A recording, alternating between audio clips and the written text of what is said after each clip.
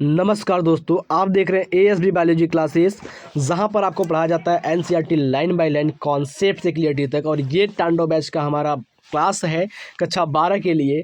और आज के इस क्लास में हम पढ़ने वाले हैं पोस्ट फर्टिलाइजेशन इवेंट। यानी कि अगर हम बात करते हैं तो फर्टिलाइजेशन के बाद कौन कौन सी घटना होती है, क्या क्या चीज़ें बनते हैं, उसके बारे में पढ़ेंगे, उसके स्ट्रक्चर को पढ़ेंगे और इवेंट्स को पढ़ेंगे। जैसे मैं आपको बता दूं सिंपल तरीके से, तो फर्टिलाइजेशन के बाद जो आपका ओवरी होता है वो फ्रूट में बदल जाता है, जो आपका ओव्यूल होता है वो सीड में बदल जाता है। और ये कैसे चीज़ें होती है, एंडोस्पर्म क्या होता है, यहाँ पर फ्रूट क्या होता है, सीड क्या होता है, इन सारे चीज़ों को आज के इस क्लास में हम कवर करने की पूरी प्रयास करेंगे। तो चलिए शुरू करते हैं, आज के इस क्लास को बेहतरीन तरीके से समझते हैं।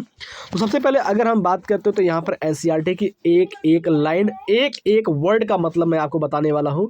तो आपको अगर पता है कि एंडोस्पर्म क्या होता है, इसका काम क्या होता है, तो तुरंत कमेंट कीजिए।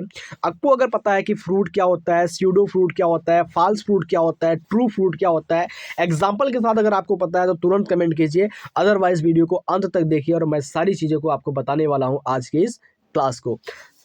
ठीक है, चलते शुरू करते हैं एक एक पॉइंट को। Following double fertilization event of the endosperm and embryo development. यानी कि अगर हम बात करते हैं तो डबल फर्टिलाइजेशन क्या होता है, एक इवेंट होता है जहां पर एंडोस्पर्म और एम्ब्रियो के डेवलपमेंट के बारे में, मैच्योरिटी ऑफ ओव्यूल्स के बारे में, सीड्स के बारे में, ओवरी के बारे में, ओवरी का फ्रूट कैसे बनता है, are collectively term the post fertilization event. जैसा कि मैंने आपको शुरू में ही बताया कि पोस्ट फर्टिलाइजेशन इवेंट के अंदर जो आप पढ़ेंगे वो एंडोस्पर्म एम्ब्रियो के डेवलपमेंट के बारे में पढ़ेंगे, मैच्योरिटी ऑफ ओव्यूल के बारे में पढ़ेंगे, ओव्यूल से सीड कैसे बनता है, ओवरी से फ्रूट कैसे बनता है। इन सारी चीज़ों को अगर एक साथ मिला दिया जाए तो उसको कहते हैं पोस्ट फर्टिलाइजेशन इवेंट कहते हैं। आई होप इतनी चीज़ें आपको समझ में आ गई होगी।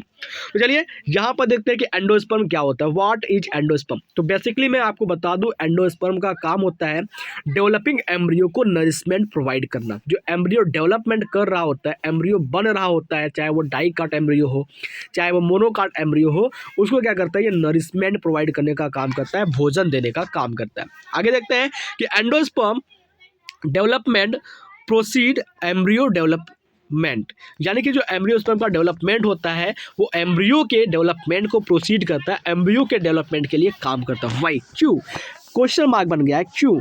तो हम आपको बता देना चाहते हैं कि जो एंडोस्पर्म होता है, ठीक है, वो एम्ब्रियो के डेवलपमेंट के साथ साथ क्या करता है, काम करता है। The primary endosperm cell divide rapidly and form a triploid. Just एक सेकेंड।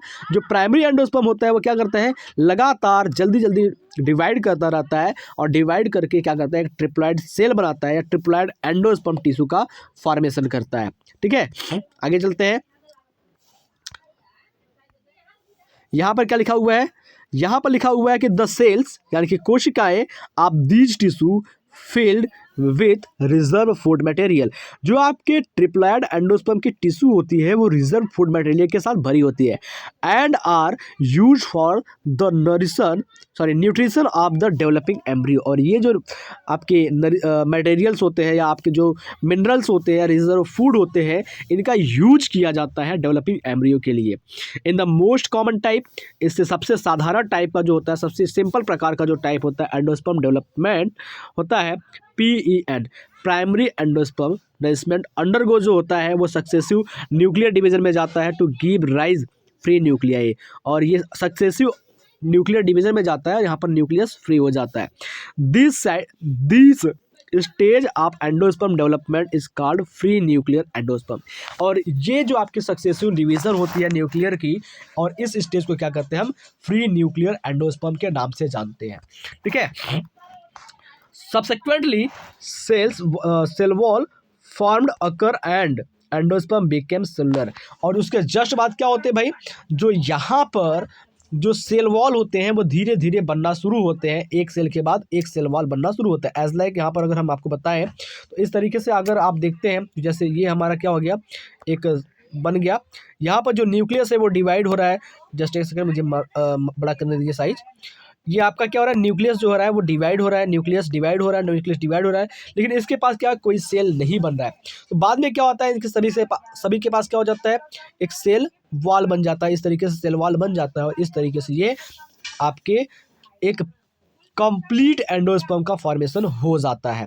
ठीक है, चलिए आगे की बातों को हम समझते हैं, आगे की पॉइंट को समझते हैं क्या लिखा गया है। उससे पहले क्या करना पड़ेगा, मुझे पेंसिल का आकार छोटा करना पड़ेगा ताकि हर चीज़ों को बारीकी से आपको समझाया जा सके। आगे बात करते हैं, the number of free nuclei, ठीक है, number of free nuclei formed before cellularisation varies greatly, यानी कि जो फ्री न्यूक्लियाई होती है वो बन जाती है सेलुलराइजेशन यानी कि सेल वॉल बनने के बाद। ठीक है, द कोकोनट यानी कि नारियल की बात करते हैं, water from the tender coconut they did you for familiar, आप कोकोनट के पानी से यानी कि नारियल के पानी से आप ज़्यादातर फैमिलियर होंगे, परिचित होंगे। With is nothing but free nuclear endosperm, यह कुछ भी नहीं है लेकिन यह फ्री न्यूक्लियर एंडोस्पर्म होता है जो कि बना होता है थाउजेंड्स ऑफ न्यूक्लियाई, जो कि बहुत ज़्यादा मात्रा में हज़ारों की संख्या में न्यूक्लियाई से बना होता है। And surrounding white kernel is the cellular endosperm, और ये वाइट कर्नेल का फॉर्मेशन करता है जिसको हम सेलुलर एंडोस्पर्म की बात करते हैं या सेलुलर एंडोस्पर्म कहते हैं। तो अगर आपसे कोई पूछता है कि सेलुलर एंडोस्पर्म कहाँ पर पाया जाता है, तो आप सीधे करिएगा कि जो कोकोनट वाटर होता है वो आपका सेलुलर एंडोस्पर्म का फॉर्मेशन में मदद करता है या सेलुलर एंडोस्पर्म का पार्ट होता है। एंडोस्पर्म में either be completely consumed by the developing embryo, जो एंडोस्पर्म होता है वो पूरी तरीके से क्या होता है, कंज्यूम कर लिया जाता है डेवलपिंग एम्ब्रियो के द्वारा। जैसे हम पी की बात कर रहे हैं, ग्राउंडनट की बात कर रहे हैं, बीन्स की बात कर रहे हैं, ये क्या करते हैं, जो एंडोस्पर्म होते हैं उसको पूरी तरीके से एब्जॉर्ब कर लेते हैं बिफोर सीड, उसके बाद सीड मैच्योरेशन में, और it is persist in mature seed, या फिर हम कह सकते हैं मैच्योर सीड के अंदर, जैसे कैस्टोर हो गया, कोकोनट हो गया यहाँ पर, and be used up during seed germination, और इसका जो यूज होता है, जो पूरे के पूरे एंडोस्पर्म को एब्जॉर्ब कर लिया जाता है, तो उसको सीड जर्मिनेशन के दौरान काम किया जाता है, या सीड जब उगता है या जर्मिनेट होता है तो वहाँ पर ये काम करता है। स्प्लिट बढ़ जाता है, open some seeds of castor, peas, beans, groundnut, fruit of coconut and look for the endosperm in each case. कहने का मतलब ये है कि जैसे ये हमारा मटर का दाना हो गया, और मटर का दाना जब जर्मिनेट होता है तो जर्मिनेट होते दौरान क्या होता है, वो इस तरीके से दो हिस्सों में बढ़ जाता है। ठीक है, तो इस चीज़ों को ये बता रहा है। आगे बात करते हैं, फाइंड आउट, आप प्राप्त कीजिए whether the endosperm is persistent in carols, जैसे हम बात करें जो कैरल्स की फसल होती है वहाँ पर एंडोस्पर्म की बात करते हैं, जैसे राइस हो गया, चावल, वीट हो गया और मेज हो गया। तो यहाँ पर अगर हम बात करें जब सीड का जर्मिनेशन होता है गेहूं का, तो यहाँ पर जो सीड होता है वो गेहूं होता है वो आपका नहीं पड़ता है, वो सिंपली आपके सीड को जर्मिनेट करने में मदद करता है। तो आई होप आपको एंडोस्पर्म क्लियरली समझ में आ गया होगा। अगर बहुत कुछ नहीं समझ में आया है तो आप सिंपल सा इतना याद कर लीजिए कि एंडोस्पर्म क्या करता है भाई, डेवलपिंग एम्ब्रियो को नरिशमेंट प्रोवाइड करने का काम करता है। एंडोस्पर्म के आधार पर जो सीड होते हैं वो दो प्रकार के होते हैं, एंडोस्पर्मिक सीड और नॉन एंडोस्पर्मिक सीड। जितने भी एंडोस्पर्मिक सीड होते हैं उनकी जो कॉटिलिडन्स होती है वो मोटी होती है, और जो नॉन एंडोस्पर्मिक सीड्स होते हैं उनके कॉटिलिडन पतली होती है। इतनी बातें आप अच्छे से याद रखिएगा। वहीं पर दूसरे नंबर पर बात करते हैं कि एम्ब्रियो क्या होता है। तो एम्ब्रियो की बात करते हैं तो यहाँ पर देखिए, एम्ब्रियो का मतलब होता है भ्रूण। ठीक है, एम्ब्रियो का मतलब क्या होता है, भ्रूण होता है। भ्रूण मतलब क्या होता है, एक ऐसा स्थान, एक ऐसा स्ट्रक्चर जो आगे डेवलप होकर क्या करेगा, एक बच्चे का निर्माण करेगा, एक न्यूली बॉर्न बेबी का निर्माण करेगा, चाहे वो प्लांट का होगा चाहे वो किसी एनिमल का होगा, नाम तो एम्ब्रियो ही होगा। एम्ब्रियो डेवलप, एम्ब्रियो क्या करते हैं, वृद्धि करते हैं एट अ माइक्रोपाइल एंड। जो एम्ब्रियो होता है वो क्या करता है, माइक्रोपाइल एंड पर डेवलप करता है आप द एम्ब्रियो सैक में। देखिए मैं आपको समझा रहा हूँ, यहाँ पर देखिए जैसे हम बात करते हैं, एक आपको ओव्यूल बना लेते हैं, यहाँ पर इस तरीके से ओव्यूल बन गया, रफली डायग्राम बना रहा हूँ। ये आपका माइक्रोपाइल एंड है और ये आपका कैलाजल एंड है। ये माइक्रोपाइल एंड है, ठीक है, माइक्रोपाइल एंड है और ये कैलाजल एंड है। जो एम्ब्रियो होता है वो कहाँ डेवलप होता है, इस स्थान पर डेवलप होता है, एम्ब्रियो बनता है, इस स्थान पर भ्रूण बनता है। बात समझ में आया? तो चलिए आगे समझते हैं। तो आगे की पॉइंट में क्या लिखा है उसको समझते हैं। Embryo develop at the micropyle end of the embryo sac में where the zygote is situated, जहां पर जाइगोट स्थित होता है। Most zygote divide only after the certain amount of endosperm is formed. जो ज़्यादा से जो जाइगोट होते हैं वो डिवाइड होते हैं एंडोस्पर्म जब बन जाता है ज़्यादा मात्रा में या कुछ मात्रा में तब। दिस इज एन एडाप्टेशन, और ये क्या है, एक एडाप्टेशन है to provide the assured nutrition, जो कि न्यूट्रिशन को प्रोवाइड करने का काम करता है टू डेवलपिंग एम्ब्रियो। यानी कि जो आपका एम्ब्रियो सेक होता है वो बनता है, सॉरी एंडोस्पर्म आपका बनता है, और उस दौरान क्या होता है, जाइगोट डिवाइड होता है। तो ये क्या है, आपका एक एडाप्टेशन होता है, एक न्यूट्रिशन प्रोवाइड करने का काम होता है डेवलपिंग एम्ब्रियो को थ्रू द सीड, बीज के द्वारा। Different greatly the early stage of embryo development. देखो early development of embryo stage में एम्ब्रियो की बात करते हैं ना, एम्ब्रियो की जो डेवलपमेंट होती है शुरुआती दौरान में उसको कहते हैं एम्ब्रियोजेनी। ठीक है, यहाँ पर वही बताया गया है कि जब एम्ब्रियो आपका डेवलप हो रहा होता है तो जो सीड होता है वो क्या करता है, नरिशमेंट प्रोवाइड करने का काम करता है, क्योंकि जो सीड होता है वो पहले से पूरे के पूरे नरिशमेंट को ले करके दबोच करके बैठा होता है। और सिमिलरली इसी तरीके से इन बोथ मोनोकॉटिलिडन एंड डाइकॉटिलिडन, इसी तरीके से दोनों कॉटिलिडन में अगर हम बात करते हैं, चाहे वो मोनोकॉटिलिडन हो चाहे वो डाइकॉटिलिडन हो, तो यहाँ पर फिगर भी बनाया गया है, मोनोकॉटिलिडन का नीचे है, ऊपर आपका डाइकॉटिलिडन का है। ठीक है,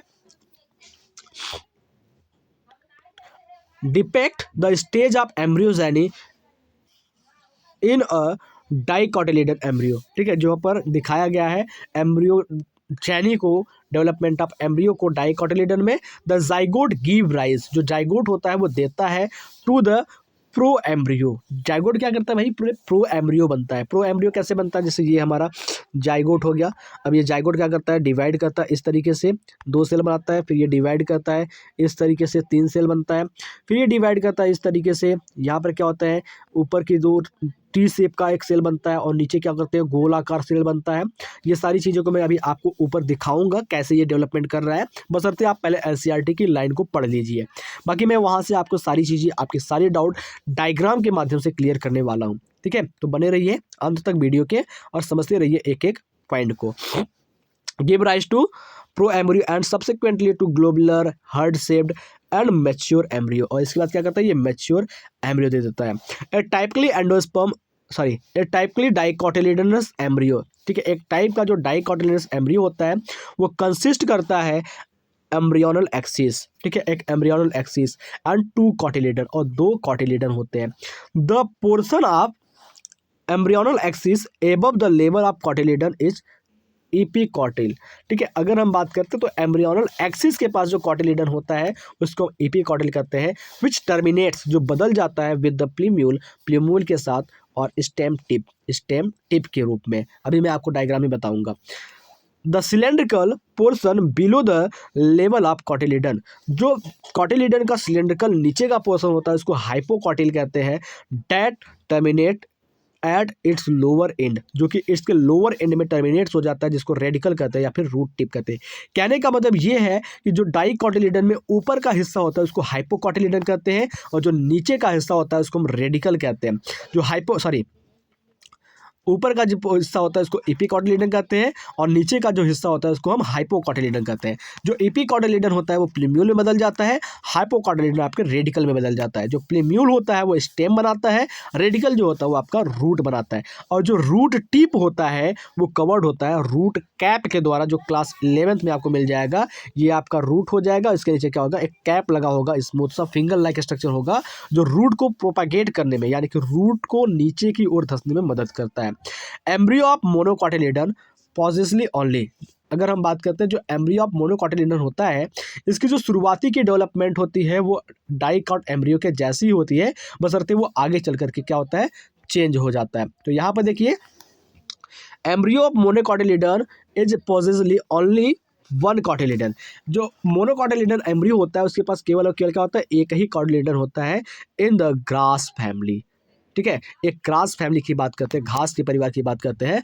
the cotyledon is called scutellum. जो कॉटिलिडन होती है ग्रास फैमिली उसको क्या कहते हैं, स्क्यूटेलम के नाम से जानते हैं। आप याद रखिएगा व्हाट इज स्क्यूटेलम। तो स्क्यूटेलम क्या होता है, जो घास की फैमिली का कॉटिलिडन होता है उसको स्क्यूटेलम के नाम से जानते हैं। ठीक है, that the situated toward one side, जो कि क्या होता है, एक साइड ही सिचुएटेड होता है, एक साइड ही स्थित होता है, जो कि लेटरल साइड होता है ऑफ द एम्ब्रियोनल एक्सिस को एट इट्स लोअर एंड, इसका जो लोअर एंड होता है द एम्ब्रियोनल एक्सिस का हैज़ द रेडिकल, जिसके पास क्या होता है, रेडिकल पाया जाता है। यानी कि अगर हम बात करते हैं तो रूट को डेवलप करने वाला हिस्सा होता है जो कि कवर होता है रूट कैप के द्वारा, इनक्लोज होता है रूट कैप के द्वारा इन एन अनडिफरेंशिएटेड सिथ, जिसको कहते हैं कोलियोराइजा। इसके पास क्या होता है, एक अनडिफरेंशिएटेड सिथ भी पाया जाता है जिसको कोलियोराइजा के नाम से जानते हैं। The portion of the embryonal axis above the level of attachment of scutellum is the epicotyl. कहने का मतलब ये होता है कि जो रेडिकल होता है, रूट कैप होता है, उसके जस्ट इसे कोलियोराइजा पाया जाता है, और ऊपर की जो हिस्सा होती है एम्ब्रियोनल एक्सिस में, जो हिस्सा होती है वो क्या होती है, अटैच्ड होती है स्क्यूटेलम से, जिसको कहते हैं एपिकोटाइल। अब बात करते हैं कि एपिकोटाइल क्या होता है। तो एपिकोटाइल, जस्ट एक second, epicotyl has a suit apex. Epicotyl जो होता है उसके पास क्या होता है, सूट अपेक्स पाया जाता है, यानी कि एक ऐसा पार्ट पाया जाता है जहां से स्टेम बनता है और इस स्टेम से लीफ, फ्लावर वगैरह निकलते हैं। And a few leaf primordial enclose in hollow foliar structure. ठीक है, तो एपिकोटाइल के पास क्या होता है, सूट अपेक्स पाया जाता है, लीफ प्रिमोडियल पाया जाता है जो कि इनक्लोज होता है होलो फोलियर से, फोलियर स्ट्रक्चर को, जिसको हम कहते हैं कोलियोप्टाइल। ठीक है, दो चीज़ें आप ध्यान रखना, एक कोलियोराइजा होता है, कोलियोप्टाइल होता है। जो कोलियोराइजा होता है वो ऊपर की ओर पाया जाता है, कोलियोराइजा जो होता है वो नीचे की ओर पाया जाता है, जो कोलियोप्टाइल होता है वो ऊपर की ओर पाया जाता है। तो इतनी बातें आपको जैसे समझ में आ गई। तो यहाँ पर कुछ करके इटालियन में लिखा हुआ है, समझते हैं। Shake a few seeds in water.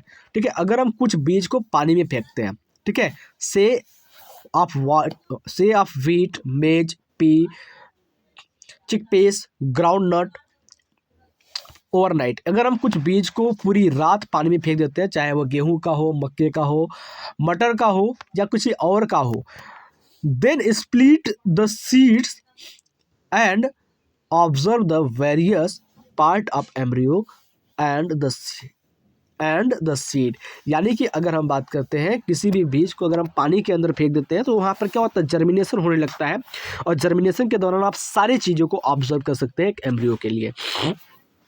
तो आई होप आपको एंडोस्पर्म और एम्ब्रियो अच्छे से समझ में आ गया होगा। तो चलिए चलते हैं आगे की पॉइंट, सीड को समझते हैं। सीड क्या होता है, व्हाट इज सीड। तो सीड को समझने से पहले अगर हम बात करें तो समझ लेते हैं मोनोकाट और डाइकाट एम्ब्रियो के बारे में। तो यहाँ पर सारी चीज़ें आप देख सकते हैं। देखिए यहाँ पर बताया गया है, एक डायग्राम है, इस डायग्राम में आपके डाइकाट और मोनोकाट एम्ब्रियो को क्लियरली समझाया जाएगा। देखिए जो प्राइमरी स्टेज होती है development of monocot and dicot embryo की, वो क्या होती है, दोनों में सिमिलर होती है। फर्स्ट ऑफ ऑल अगर हम बात करते हैं तो यहाँ पर देखेंगे एंटीपोडल सेल जो होता है, यहाँ पर क्या होता है आपके पास कैलाजा एंड होता है, और ये जो आपका होता है माइक्रोपाइल रीजन होता है। तो इस माइक्रोपाइल रीजन के पास क्या होता है, आपके एग सेल पाए जाते हैं। तो एक क्या होता है, मेल गैमिट और एक फीमेल गैमिट फ्यूज कब करते हैं, तो फ्यूज करने के बाद क्या होता है, जाइगोट बनता है, और यही जाइगोट डिवाइड करके 2 सेल बनाता है, और इसी में क्या होता है, लगातार कंस्टिट्यूटिवली डिवीजन होता रहता है। तो यहाँ पर ग्लोमेरुलर एम्ब्रियो बनता है, यानी कि डिवाइड होता रहता है, तो 2 सेल से 4 सेल, 8 सेल, 16 सेल, 32 सेल, इस तरीके से बनता रहता है, और लास्ट में क्या होता है, एक ग्लोबुलर एम्ब्रियो बन जाता है, एक गोलाकार एम्ब्रियो बन जाता है, जो कि यहाँ पर आप देख सकते हैं। यही गोलाकार एम्ब्रियो क्या होता है, वो आगे चल करके हर्ड शेप्ड एम्ब्रियो का फॉर्मेशन कर लेता है, और ऊपर क्या होता है, सस्पेंसर होता है जिसको चूस्कांग कहते हैं, और ये एंडोस्पर्म से न्यूट्रिशन को सक करने का काम करता है। द फंक्शन ऑफ सस्पेंसर की बात करते हैं तो सस्पेंसर क्या करता है, एंडोस्पर्म से न्यूट्रिएंट्स को या नरिशमेंट को चूसने का काम करता है। आगे बात करते हैं तो ये आपके डाइकॉट का स्ट्रक्चर हो गया, मैच्योर डाइकॉट की स्ट्रक्चर हो गया। तो यहाँ पर देखेंगे तो आपका क्या है, ये रेडिकल है, और ये रेडिकल क्या करता है भाई, ये रेडिकल आपकी रूट के फॉर्मेशन में मदद करता है। दूसरी बात अगर हम बात करते हो तो यहाँ पर देखेंगे तो ये प्लीम्यूल है, इस प्लीम्यूल का काम होता है भाई आपके सूट टिप बनाने का, यानी कि स्टेम के डेवलपमेंट का काम करता है। तो आई होप इतनी चीज़ें आपको अच्छे से समझ में आ गई होगी। तो चलिए चलते हैं आगे की पॉइंट को समझते हैं। सिमिलरली यहाँ पर अगर हम देखते हैं तो ये आपके डाइकॉट सीड का एक बड़ा सा स्ट्रक्चर बना करके दिया गया है, और उसी तरीके से यहाँ पर एक मोनोकाट सीड का एक बड़ा सा स्ट्रक्चर बना कर दिया गया है।